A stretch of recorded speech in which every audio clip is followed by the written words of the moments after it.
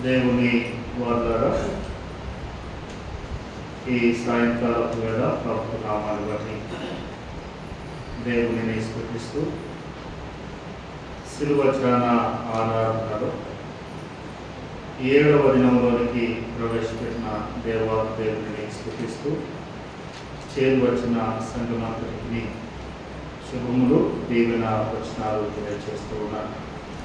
వీళ్ళగా ప్రతిరోజు ఆరాధన ముగించబడి మీరు ఇంటికి వెళ్ళేలోపు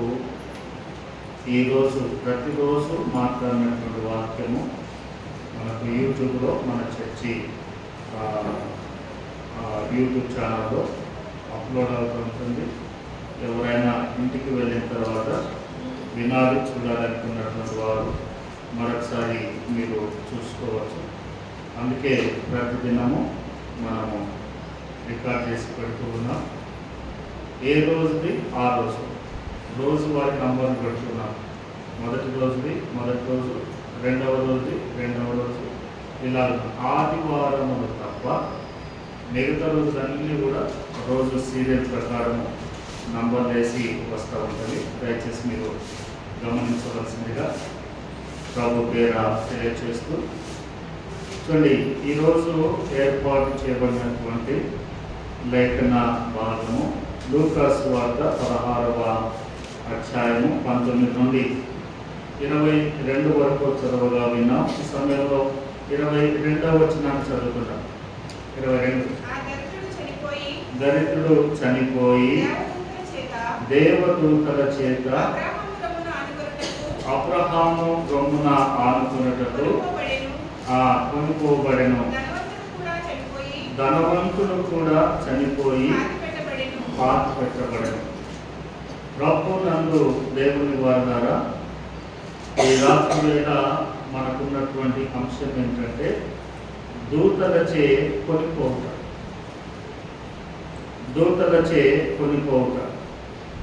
ఈ లూకాసు వార్త 16వ అధ్యాయము 19వ వచనం నుండి చివరి వరకు అనగా 31 వరకు మనము లేఖనాన్ని పరిశీలన చేస్తే మనకు గుర్తుకొచ్చేటువంటి మాటలు ఏంటంటే ధనవంతుడు, లాజరు. ఈ 2 పదాలు మనకు గుర్తుకొస్తాయి. ఈ 2 సంగతులను, ఈ 2 వ్యక్తులను గురించి మనందరికీ కొంత మేరకు మనకు తెలుసు. అయితే దేవుని వార్తగా ఇక్కడ ప్రధానంగా మనము జ్ఞాపకం చేసుకోవాల్సిన సంగతి ఏంటంటే 2 వ్యక్తులు ఉన్నారు. ఒకడు ధనవంతుడు, మరి ఒకడు దరిద్రుడు. ఇద్దరికి మరణం సంభవించింది.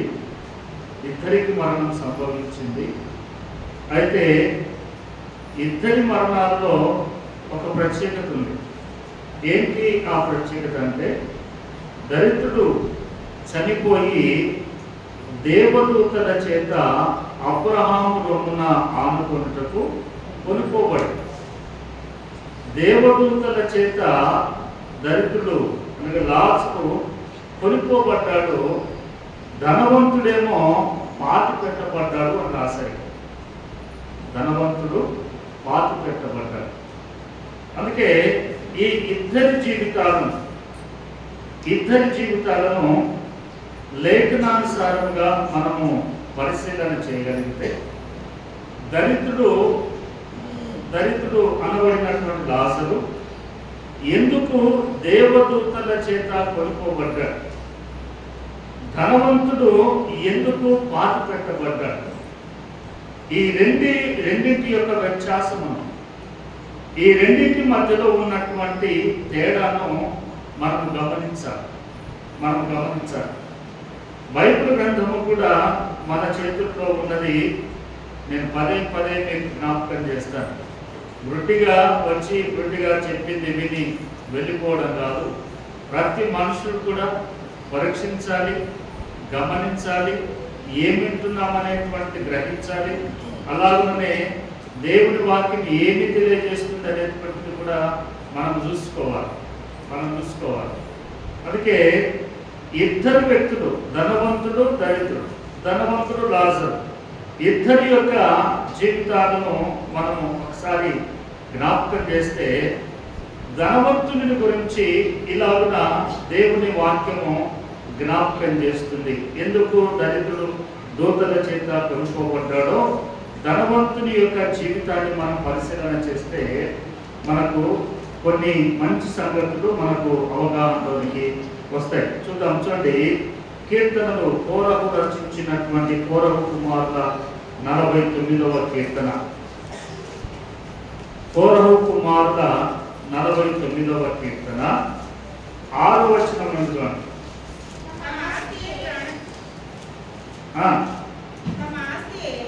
తమ ఆస్తియే ప్రాపకమని నమ్మి తమ ధన విస్తారతను బట్టి పొగడుకొను వారికి నేనేలా భయపడవలేను. ఎవడును ఏ విధము చేతనైనను తన సహోదరుని విమోచింపలేడు.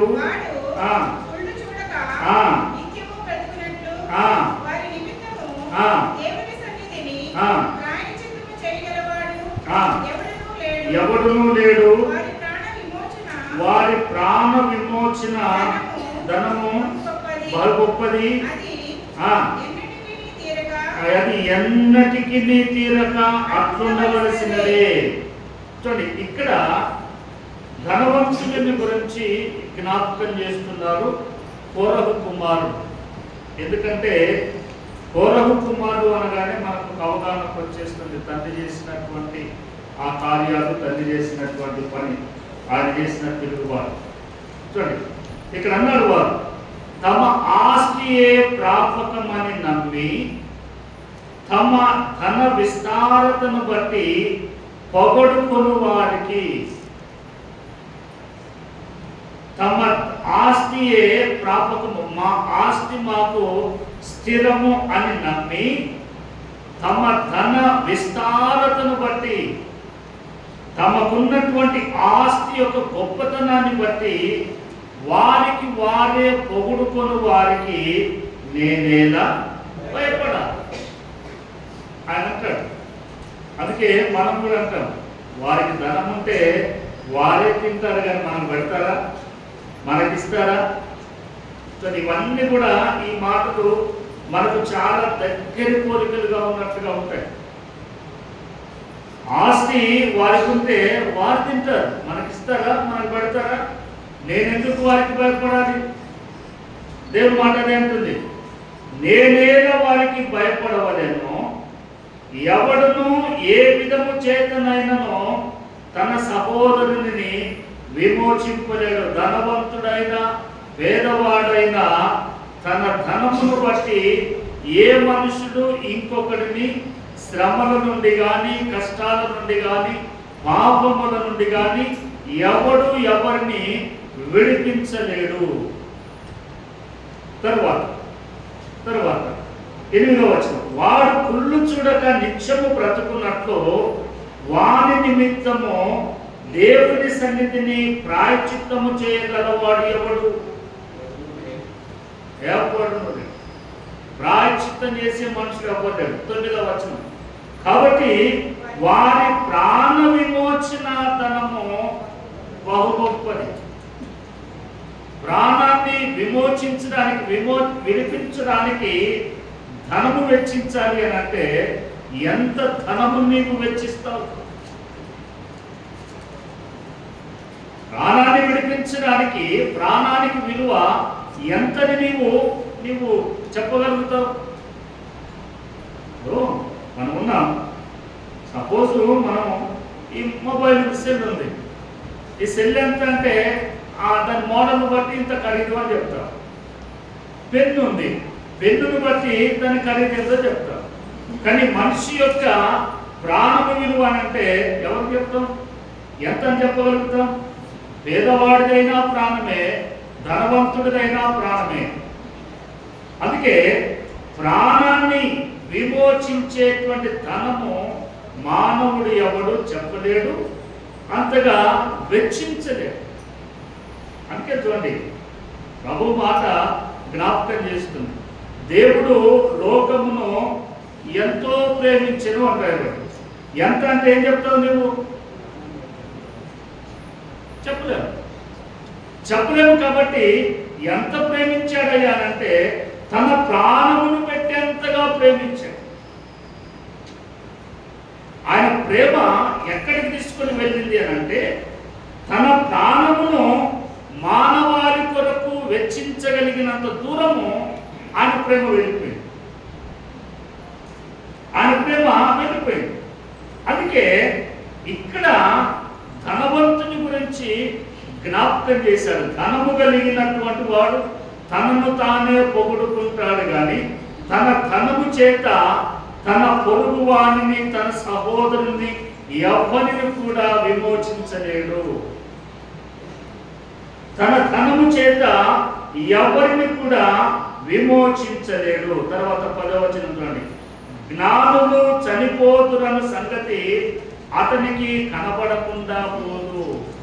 జ్ఞానులైనా చనిపోతారు, జ్ఞానము లేని వారైనా చనిపోతారు. అది అందరికీ కనబడుతుంది.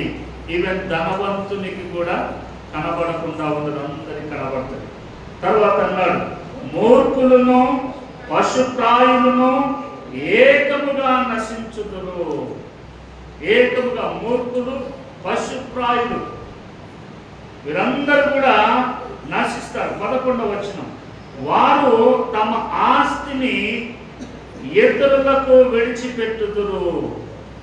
తమ ఇల్లు నిరంతరము నిలుచుననియు తమ నివాసములు తరతరములకు ఉండుననియు వారనుకొందురు. తమ భూములకు తమ పేర్లు పెడతారు.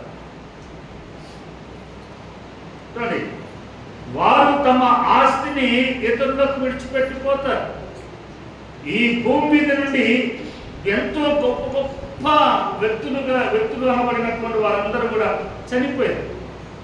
మన కళ్ళెదు చనిపోయినటువంటి వారిలో ఏ ఒక్కడొక్క నయ పైస తీసుకొని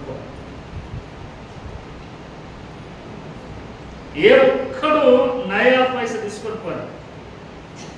దేవుని మాట జ్ఞాపకం చేసినట్లుగా తల్లి గర్భములో నుండి ఏ విధముగా అయితే వచ్చాడో తిరిగి అలాగునే వెళ్ళిపోయాడు. తల్లి గర్భం నుండి వచ్చేటప్పుడు ఎవడు ₹1 తీసుకున్నాడు, ఖాళీ చేతులతోనే వస్తాడు. వెళ్ళేటప్పుడు కూడా ఖాళీ చేతులతోనే వెళ్తాడు. అందుకే ఇక్కడ రాశాడు, తమ ఆస్తిని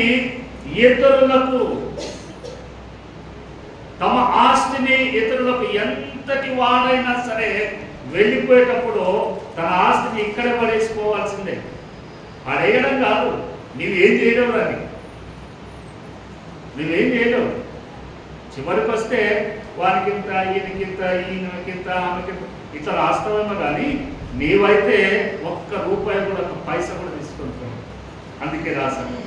అందుకే అంటున్నారు, తమ ఇల్లు నిరంతరము నిలుచునని తమ నివాసములు తరతరములకు ఉండునని వారు అనుకొని ఏం చేస్తారట, తమ ఇళ్లకు తమ భూములకు వారి పేర్లు పెట్టుకుంటారు. అందుకే మన గృహాల మీద పేర్లు ఉంటాయి. సమాధాన నిలయం. మన పేర్లను బట్టి, మనకున్నటువంటి పిల్లల మీద ప్రేమను బట్టి, లేకపోతే మన మీద ప్రేమను బట్టి అలా మన పేర్లు రాసుకుంటాం. రాయబడినటువంటి ఏ గృహము కానీ, పెట్టబడినటువంటి ఏ ఇల్లు కానీ ఏ మనుషుడు కూడా తీసుకొని పోలేదు. ఇది ధనవంతుని గురించి జ్ఞాపకం చేస్తుంది. ఇంకా చూడండి 16వ వచనం, అదే 49వ కీర్తన 16వ వచనం.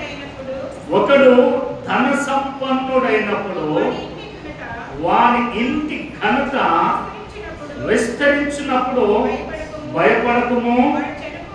వాడు చనిపోయినప్పుడు ఏమీ కొనిపోడు. వాని ఘనత వాని వెంట దిగదు. ఇక్కడ జ్ఞాపకం చేస్తున్నాడు. ఇక్కడ అంటున్నాడు, ఒకడు ధన సంపన్నుడైనప్పుడు వాని ఇంటి ఘనత విస్తరించినప్పుడు భయపడకు అంటాడు. భయపడకు అంటాడు. అబ్బో వాళ్ళిగా ఎందుకులేండి అని అంటాడు. భయపడకు అంటాడు. వాడు చనిపోయినప్పుడు ఏమీ కొంచుకోడు, వాని ఘనత వాని వెంట దిగదు. చూడండి తర్వాత, నీకు నీవే మేలు చేసుకుంటువని మనుషులు నిన్ను స్తుతించినను. అర్థమవుతుందా ఈ పదము? అర్థమైందా? మరదుమా, నీకు నీవే మేలు చేసుకుంటువని మనుషులు నిన్ను స్తుతించినను అంటే ఏంటి? పొగడతారు. ఆహా నీ దగ్గర ఎవరున్నారు, ఆహా నీ అంత గొప్పగా ఎవరున్నారు, నీవు వీరుడివి, నువ్వు శూరుడివి, నీవు చాలా గొప్పవాడివి, చాలా అమాయకుడివి. అమాయకుల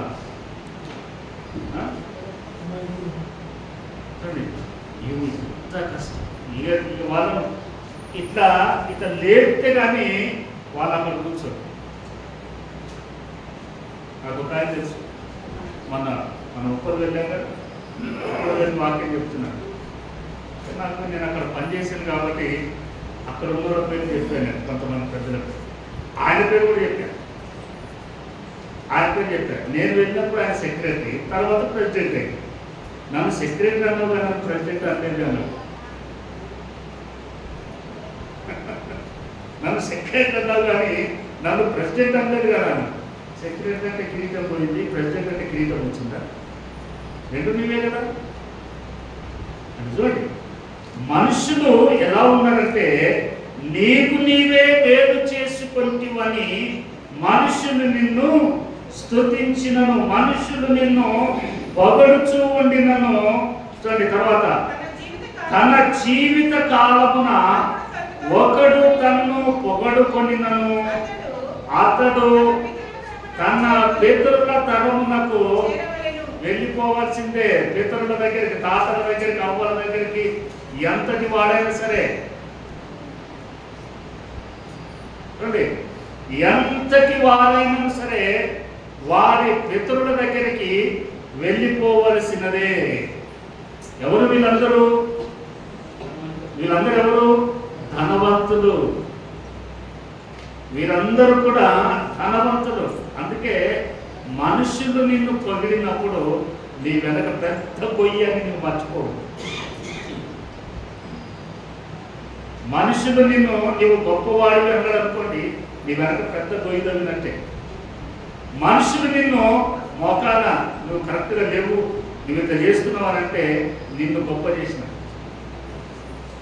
అందుకే దేవుడి మాటలు రాయబడుతుంది. దేవుడి మాట, స్నేహితుడు గాయపరచును అని. గాయపు అంటే కొడితే గాయాలు కాదు, నువ్వు చేసేది కరెక్ట్ కాదు, నేను ఇలాగు అని చెప్పడం అది మంచిది. మోసగారి మాత్రము ఏం చేసినా నువ్వు అని అంటారు, అది కాదు. అందుకే ఇక్కడ జ్ఞాపకం చేశారు, ఎంత ధనము కలిగిన వారైనా తమ పితరుల తరమునకు చేరకుండా ఎవడు ఉండడు. అబ్రహామును చూసారా, ఇస్సాకును చూసారా, యాకోబును చూడండి. ఒక మాట ఉన్నాడు, ఆదికాండము 50వ అధ్యాయం. ఆదికాండము 50వ అధ్యాయం చూడండి. ఆదికాండము 50వ, ఒక్క నిమిషం, 49వ అధ్యాయం. 50 పక్కన ముందే ఉంది. 49వ అధ్యాయము 29వ వచనం చూడండి. 28, 29, 28 కూడా.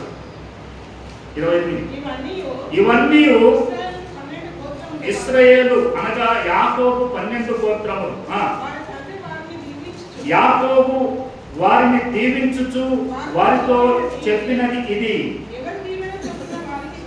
ఎవరి దీవెన చొప్పున వారిని దీవించెను. తరువాత అతడు వారికి ఆజ్ఞాపించుచు ఇట్లనెను, నేను నా స్వజనుల యొద్దకు. ఎక్కడికి చేర్చబడుతున్నారట? ఎక్కడున్నారు వాళ్ళు? స్వజనులు ఎవరు? స్వజనులు ఇస్సాకు తన తండ్రి, తన తల్లి రెబ్కా తన తండ్రి ఇస్సాకు, వాళ్ళ తాత అబ్రహాము, వాళ్ళ తాతమ్మ సారమ్మ. చూడండి, ఈయనంటాడు నేను నా స్వజనుల యొద్దకు చేర్చబడుతున్నాను. ఆ ప్రాంతం అంతటిలో కూడా దీవించబడిన వాడు, ఆశీర్వదించబడినటువంటి వాడు, ఫరో రాజును సైతము దీవించినటువంటి వాడు యాకోబు. ఆయన అన్నాడు నేను నా స్వజనుల యొద్దకు చేర్చబడుతున్నాను. ధనవంతుడు అయినంత మాత్రాన భూమి మీద నీ ఆస్తి విస్తారముగా పెరిగినంత మాత్రాన నీకు మరణం రాకుండా ఉండదు. నీవు ఏదో ఒక దినాన నీ ఆస్తి, నీ ఇల్లు, నీ వాకిళ్ళు, నీ భూములు, నీ కలిగిన సమస్తమును ఎవరి చేతులలో ఒకరికి విడిచిపెట్టి వెళ్ళిపోవలసినదే. అయితే ధనవంతుడు ఇలాగున ఉండి దరిద్రుడైనటువంటి లాజరు దూతల చేత కొనిపోవుటకు గల కారణం, ధనవంతుని దృష్టిలో దరిద్రులను అనగా పేదవారిని ఎలా చూస్తారు అనంటే దేవుని మాటలు జ్ఞాపకం చేస్తుంది. అందుకే పేదవారికి ఉన్నటువంటి గొప్ప ఆధిక్యత, పేదవారికి ఉన్నటువంటి గొప్ప ఆశీర్వాదము ధనవంతులకు లేదు. పేదవారికి ఉన్నటువంటి దీవెన ధనవంతులకు లేదు. నేను దేవుని వాక్యాన్ని బట్టి జ్ఞాపకం చేస్తున్నాను. చూడండి, ఎందుకు ఈ ధనవంతుడు చనిపోయిన తరువాత పాతి పెట్టబడ్డారు, ఎందుకు దరిద్రుడు చనిపోయిన తరువాత దూతల చేత కొనిపోబడ్డారు అనంటే దేవుని వాక్యము ఇలాగున జ్ఞాపకం చేస్తుంది. సామెతల గ్రంథము 14వ అధ్యాయము, సామెతల గ్రంథము 14వ అధ్యాయము. చూడండి, సామెతల గ్రంథము 14వ అధ్యాయము 31వ వచనం నుండి చూడండి. సామెతలు 14:31. దరిద్రుని బాధించువాడు, చూడండి అమ్మా 20 నిమిషాలు, ఇంకా 10 నిమిషాలు ఉంది. చూడండి, దరిద్రుని బాధించువాడు వాని సృష్టికర్తను నిందించువాడు. ఒక్క నిమిషం ఆగుతాం సార్. చూడండి, దరిద్రుని బాధించువాడు ఎవరిని నిందించుచున్నాడట? సృష్టికర్తను. చూడండి, దరిద్రుని బాధిస్తున్నాడు అని అంటే దరిద్రుని చేసింది ఎవరు? దేవుడే కదా. చూడండి, ఇక్కడ మనము ధనవంతుని లాజరును జ్ఞాపకం చేస్తే ధనవంతుడు ఏం చేశాడు? మంచిగా ఇట్లాంటి బల్ల వేసుకున్నాడు, బల్ల మీద మంచి భోజనం పెట్టుకున్నాడు, ప్లేట్ పెట్టుకున్నాడు, ఏం పెట్టుకున్నాడు సరే మంచిగా తనకున్నటువంటి భోజన పదార్థాలన్నీ పెట్టుకున్నాడు, తింటున్నాడు. తింటూ ఏం చేశాడు? రొట్టె ముక్కలను జారవిడిచాడు. చూడండి, లూకా 16వ అధ్యాయము మనం చదివినటువంటి భాగమే. లూకా 16వ అధ్యాయము చూడండి, 16వ అధ్యాయము 20వ వచనం నుండి. లాజరు అను ఒక దరిద్రుడుండెను, వాడు కురుపులతో నిండిన వాడై అతని బల్ల మీద పడు. అమ్మా బల్ల మీద నుండి పడు రొట్టె ముక్కలతో ఆకలి తీర్చుకొనగోరెను. దరిద్రుడట ధనవంతుని యొక్క బల్ల మీద నుండి పడుచున్న రొట్టె ముక్కలతో ఆకలి తీర్చుకొనగోరెను. అంటే ధనవంతుడు దరిద్రుని ఏం చేశాడు? ఏం చేశాడంటే అవమానిస్తున్నాడు. నీ బతుకు అంతే, నీ స్థితి అంతే. నేను ధనవంతుణ్ణి, నా బల్ల మీద నుండి లేదా నేను వేసేటువంటి ఆ రొట్టె ముక్కలతో మాత్రమే నీవు బ్రతకాలి అన్నట్లుగా అవమానిస్తున్నాడు. చూడండి, అవమానిస్తున్నాడు. అందుకే మన జీవితాల్లో కూడా అప్పుడప్పుడు మనం నోరు జారుతాం.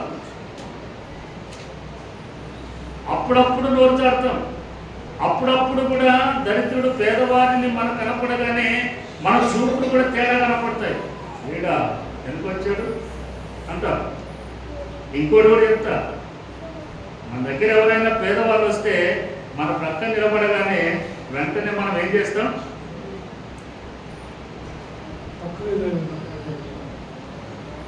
చూడండి, ప్రక్కన జరుగుతా మన ప్రక్కన నిలబడనీయం.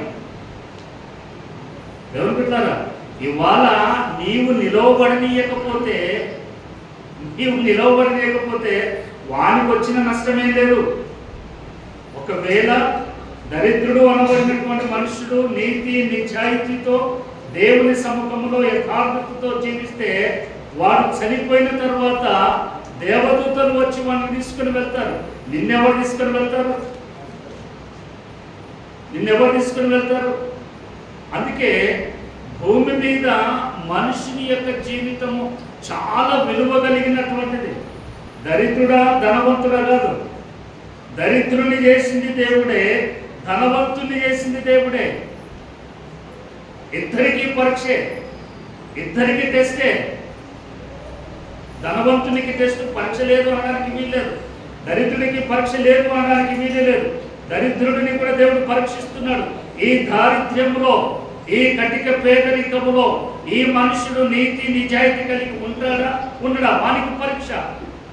ధనవంతుడు నేను ఇంత ఆస్తి ఇచ్చిన వీడు పేదవాడిని చూస్తాడా లేదా? పేదవాని వైపు తన హస్తమును చాపుతాడా లేదా? వీనికి కూడా పరీక్షే. చూడండి, భూమి మీద బ్రతికినంత కాలమే, భూమి మీద ఆయుష్ ఉన్నంత కాలమే ఈ తారతమ్యములో నీవు 1000 రూపాయల వస్త్రములు ధరించవచ్చు, వాడు ఫుట్పాత్ మీద కనబడినటువంటి 50 రూపాయల వస్త్రము వాడు ధరించవచ్చు. ఈ శరీరమును విడిచిన తర్వాత నీ వస్త్రము ఖరీదు ఎంత? ఈ శరీరమును విడిచిన తర్వాత మహిమ శరీరమును దాచిన తర్వాత నీ శరీరం యొక్క వస్త్రము, నీ శరీరం మీద ఉండేటువంటి వస్త్రము యొక్క ఖరీదు ఎంత? దరిద్రుడు ధరించేటువంటి వస్త్రపు యొక్క ఖరీదు ఎంత? నో, అక్కడ ఖరీదు లేదు. అందుకే నీవు క్రైస్తవుడివైనా, నీవు హిందువుడివైనా, నీవు ముస్లిం అయినా, నీవు ఎవరివైనా సరే మనుషుడిని మనుషుడిగా ప్రేమించడం నేర్చుకోవాలి. మనుషుడిగా ప్రేమించడం నేర్చుకోవాలి. మనుషుడిగా జీవించడం నేర్చుకోవాలి. ఏ జీవితాలు లేవు. నేను ఇక్కడికి వచ్చిన తర్వాత ఈ చిన్న గుంపులో మీరేమైనా అనుకోండి, చాలా విషయాలు నేను గమనిస్తున్నాను. కాబట్టి నేను ఎవరి దగ్గర ఏమి మాట్లాడను, కానీ ప్రతి వ్యక్తి తన పొరుగు వారి పట్ల, తన వారి పట్ల ఎలాగ ప్రవర్తిస్తున్నాడు అనేటువంటిది ప్రతి విషయం నేను గమనిస్తాను. కాకపోతే నాకు అవసరం లేదు, దేవుడు ప్రతి వారికి ఇచ్చేది వారికి ఇచ్చేస్తాను. నేను జ్ఞాపకం చేసే మాట ఏంటంటే, నేను తెలియజేస్తున్న మాట ఏంటంటే, ధనవంతుడైనంత మాత్రాన, దరిద్రుడైనంత మాత్రాన వారి జీవితానికి, వారి ప్రాణానికి, నీ ప్రాణానికి తేడా ఏమిటి? దరిద్రుడికి జ్వరం వస్తే ఏం టాబ్లెట్ వేస్తాడు అమ్మా? ధనవంతుడికి జ్వరం వస్తే ఏం టాబ్లెట్ వేస్తాడు? అదేంటది?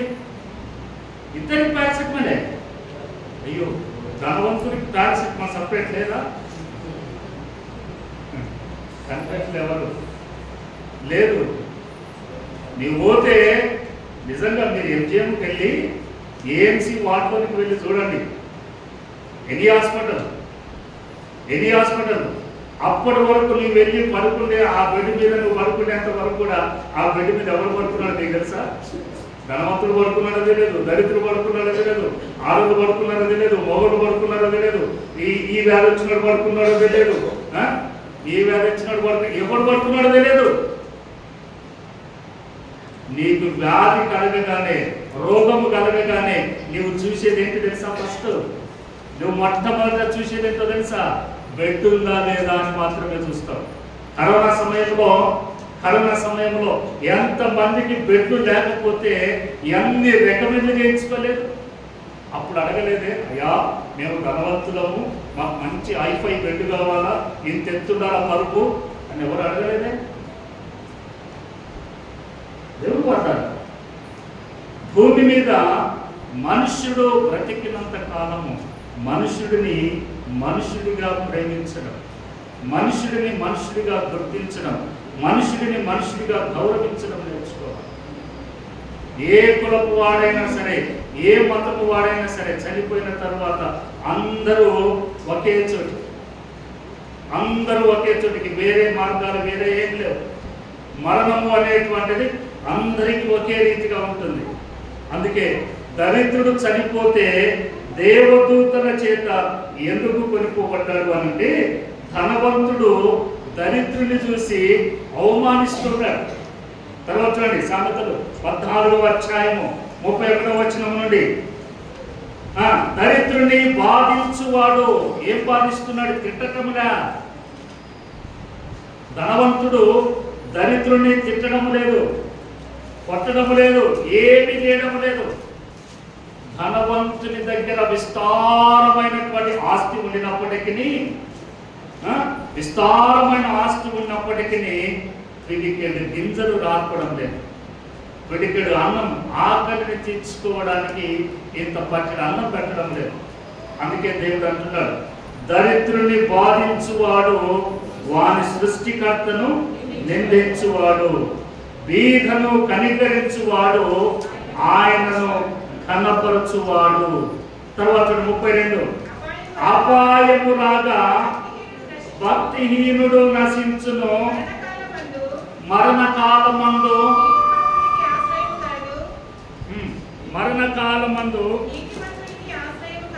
నీతిమంతునికి ఆశ్రయము కలదు. మరణకాలమందు నీతిమంతునికి ఆశ్రయము. దరిద్రుడికి ఎక్కడ ఆశ్రయం దొరికింది? ఎక్కడ దొరికింది? అబ్రహాము రొమ్మున ఆనుకోవడానికి, అబ్రహాము రొమ్మున ఆనుకోవడానికి దరిద్రునికి ఆశ్రయం దొరికింది. ధనవంతుడైనటువంటి భక్తిహీనునికి ఆశ్రయమే లేదు. 17వ అధ్యాయము సామెతల గ్రంథము 17వ అధ్యాయము చూడండి, 17వ అధ్యాయము 5వ వచనం చూడండి. 17:5, బీదలను వెక్కిరించువాడు, బీదలను వెక్కిరించువాడు వాని సృష్టికర్తను. ఎంతటి మాటలు చూడండి, ఎంతటి మాటలు చూడండి. బీదలను వెక్కిరించువాడు వాని సృష్టికర్తను. వాని సృష్టికర్తను అన్నాడు. నీ సృష్టికర్త ఎవరు? 100వ కీర్తన చూడండి, 100వ కీర్తన ముగిస్తాను, సమయం కూడా అయిపోయింది. 100వ కీర్తన, 100వ కీర్తన చూడండి, 3వ వచనం.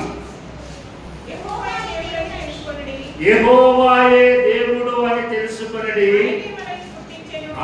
ఆయనే మనను పుట్టించెను, మనము ఆయన వారము. ధనవంతుడు మాత్రమే ఆయన వారని చెప్పలే, దరిద్రుడు మాత్రమే ఆయన వాడు అని చెప్పలే, ఈ కులము వారే ఆయన వారు అని చెప్పలే, ఈ మతము వారు అని ఆయన వారు అని చెప్పలే. దేవుడు పెట్టారు, యెహోవాయే దేవుడు అని తెలుసుకొనుడి, ఆయనే మనలను పుట్టించాడు. మనము ఆయన వారము, మనము ఆయన ప్రజలము, ఆయన మేము. మనము మనం అందరము కూడా ఆయనకు చెందిన వారు. అందుకే ధనవంతుడు బీదలను వెక్కిరించుతూ, బీదవాడు సైతము ధనవంతుని దూషించుడు. కేవలం ధనవంతుడు మాత్రమే కాదు, దరిద్రుడు సైతం లేని వాడు కూడా ధనవంతుని దూషించొద్దు. వానికేంది బాగా పదాలు వాడతారు, నో, అది తప్పు. కేవలం ధనవంతుడు కాదు, బీదవానికి కూడా, దరిద్రుని కూడా నీకు పరీక్షే. అందుకే దేవుడి మాటలో తిమోతి జ్ఞాపకం చేస్తాడు. తిమోతి 5 అంటాడు, నాలుక చిన్నదే గాని బహుగాది లోపల ఉంటుంది కానీ బహుగాది పడుతుంది. బీదోడికి ఏం తేడా లేదు, ధనవంతుడికి ఏం లేదు, ఆడవాళ్ళకేం తేడా లేదు, మగవాళ్ళకేం తేడా లేదు, చిన్నలకేం తేడా లేదు, పెద్దలకేం తేడా లేదు. అందరి నోటలో ఉన్నటువంటిది ఒకే నాలుక. అందరి నోటలో అదేం చేస్తుంది? పడుతుంది. సర్వ శరీరానికి మాలిన్యం తీసుకొని వస్తుంది. కాబట్టి దేవుని మాట ఉంటుంది, వేదనను వెక్కిరించువాడు వారి సృష్టికర్తను నిందించువాడు, ఆపదను చూచి సంతోషించువాడు నిర్దోషిగా ఎంచబడు. తర్వాత చివరి మాట చూడండి, సామెతలు 19వ అధ్యాయము, సామెతలు 19వ అధ్యాయము 17వ వచనం. సామెతలు 19:17 బీదలను కనికరించువాడు యెహోవాకు అప్పించువాడు, వాని ఉపకారమునకు ఆయన ప్రత్యుపకారము చేయును. బీదలను కనికరించువాడు ఎవరికి అప్పిస్తాడట? దేవునికి అప్పు అవసరమా? దేవునికి అప్పు అవసరమా? అవసరం లేదు. కానీ ఒకరోజు ఆయన జ్ఞాపకం చేస్తాడు. గొల్లవాడు గొర్రెల నుండి మేకలను గొర్రెలను వేరుపరిచినట్లుగా ఆ దినాన్ని వచ్చి వాళ్ళందరూ నిలబడి అన్నారు, అయ్యా నీవు ఎప్పుడు మా దగ్గరకు వచ్చావు, నీకు ఎప్పుడు ఆకలేసింది, ఎప్పుడు దాహం వేసింది, నేను ఎప్పుడు అన్నం పెట్టినాం, నీళ్లు పోసినాం, బట్టించినాం అని అంటే అప్పుడు అంటారు, వీరిలో ఒకరికి చేసింది కనుక నాకు చేసినట్టు. అంటే మనుషుడికి దేవుడు ఇచ్చినటువంటి ఆ గొప్ప సంగతిని చూడండి. మనుషుడికి దేవుడు పెట్టినటువంటి ఆ ప్రేమ, ఆ గొప్ప సారూప్యత చూడండి ఎంత అద్భుతంగా ఉన్నది. అందుకే ఇక్కడ దేవుని మాటను మనం జ్ఞాపకం చేస్తే, దరిద్రుడు దూతల చేత కొనిపోవడానికి ఆ దరిద్రుడు లాజరు అనబడినటువంటి మనుషుడు తన నీతిని కాపాడుకున్నాడు, నిజాయితీని కాపాడుకున్నాడు, యథార్థతను కాపాడుకున్నాడు. ఆకలి చేత అలమటించిన, చనిపోయే స్థితి వచ్చిన దేవుని అందరి విశ్వాసమును విడిచిపెట్టలేదు, దేవుడిని మరవలేదు. అది దరిద్రుల్లో ఉన్నటువంటి పేదవాడైనటువంటి లాజరులో ఉన్నటువంటి గొప్పతనము. అది ఆయనను దేవుని దూతల చేత కొనుక్కోబడడానికి కారణమైతే, ధనవంతుడు అనబడినటువంటి ఈ మనుషుడు తన ధన విస్తారత చేత దరిద్రుడిని అవమానించాడు. మనుషుడిని, దరిద్రుడిని అవమానించాడు అని అంటే అది డైరెక్ట్గా ఎవరిని అవమానించినట్లు? తన సృష్టికర్తను అవమానించినట్లే. సృష్టికర్తను అవమానిస్తే సృష్టికర్త ఎలా ఉంటాడు? ఆఫ్టర్ మనము ఎవరి దగ్గరైనా పనిచేసేటప్పుడు మనకు ఒక బాస్ ఉన్నాడు అనుకోండి, ఒక సుప్రీం ఉన్నాడు అనుకోండి, ఆయన ఇష్టం వచ్చినట్టు మాట్లాడితే ఆయన ఊరుకుంటాడు, తీసి పడేస్తాడు. నువ్వు నా దగ్గర పనిచేస్తా, నన్ను అంట వచ్చాను వెళ్ళిపో అంటాడు, తీసి పడేస్తాడు. ఉద్యోగం ఆయన మీద ఇంకొక ఆయన ఉంటాడు. కానీ ఒక అధికారి మనకి ఇలాగ చేస్తే, సృష్టించిన సృష్టికర్తను అవమానిస్తే మరి సృష్టికర్త ఎలా ఉంటాడు? అందుకే మనకు బోధపడడానికి, మనకు అవగాహన కలగడానికి, మనము జ్ఞానవంతులము కావడానికి, మనము తెలుసుకొని మన పొరుగు ఇరుగు వారి పట్ల గౌరవ మర్యాదలతో సమతుల్యముతో నడుచుకోవడానికి నీవు ధనవంతుడివైనా నీవు దరిద్రుడివైనా నీ నాలుక, నీ నోరు, నీ సమస్తములు కూడా జాగ్రత్త కలిగి ఉండాలి అని ప్రభు మనకు ఈ మాటలు జ్ఞాపకం చేస్తున్నారు. దేవుడు ధనవంతుని ఎక్కువగా ప్రేమించలేదు, దరిద్రుని తక్కువగా ప్రేమించలేదు, లేదా దరిద్రుని ఎక్కువగా ప్రేమించి ధనవంతుని తక్కువ చేయలేదు. దేవుడు అన్నాడు, దేవుడు లోకమును ఎంతో, అందులో ఎంతో అన్న దాంట్లో ధనవంతుడు ఉన్నాడు, పేదవాడు ఉన్నాడు, స్త్రీలు ఉన్నారు, పురుషులు ఉన్నారు, అందరూ ఉన్నారు. యూనివర్సల్ ఎంటైర్ అంతా కూడా ఉంది. దేవుని ప్రేమలో ఎటువంటి లోపం లేదు. దేవుడు అందరినీ సమానముగా ప్రేమించాడు, అందరి కొరకు తన ప్రాణాన్ని అర్పించాడు. తేడా చూసినటువంటి వారికి మాత్రమే తేడా సంబంధమైనటువంటి ఫలితాలు వస్తాయి. పరీక్ష బాగా అన్ని క్వశ్చన్లు అటెంప్ట్ చేశారనుకోండి, 100కు 100 వస్తాయి. 2 ప్రశ్నలు విడిచిపెట్టారనుకోండి, ఎన్ని వస్తాయి? ఎన్ని ప్రశ్నలకు 2 ప్రశ్నలు ఉన్నాయి, 2 మార్కులు అయితే 4 మార్కులు అన్ని రాష్ట్రాలు వస్తాయి. మన జీవితం కూడా దేవుడు చెప్పినట్లుగా నడుచుకుంటే మన జీవితాల ఫలితం కూడా సంపూర్ణంగా ఉంటుందని దేవుని మాటల ప్రకారం జ్ఞాపకం చేస్తూ దేవుడి మాటలు దీవించగాక. తల వంచి ప్రార్థన చేసుకుందాం.